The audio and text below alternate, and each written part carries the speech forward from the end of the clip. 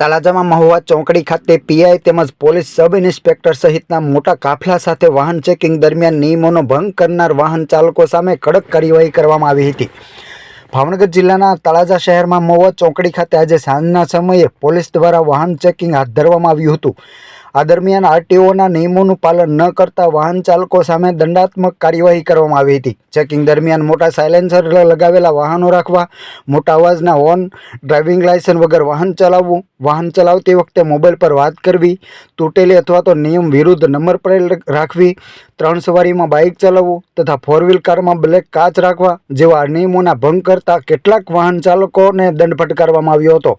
પોલીસે આવા વાહન ચાલકોને રોકી તપાસ કરી અને નિયમોના ભંગ બદલ દંડ ફટકાર્યો હતો। સાથે સાથે વાહન ચાલકોને ટ્રાફિકના નિયમોનું પાલન કરવા પણ અપીલ કરવામાં આવી હતી। આ કામગીરીમાં નવનિયુક્ત પોલીસ ઇન્સ્પેક્ટર વીઆર ચાવડા તથા પોલીસ સબ ઇન્સ્પેક્ટર ખામલા દ્વારા મોટા કાફલાને સાથે રાખી અને કડક કાર્યવાહી હાથ ધરવામાં આવી હતી।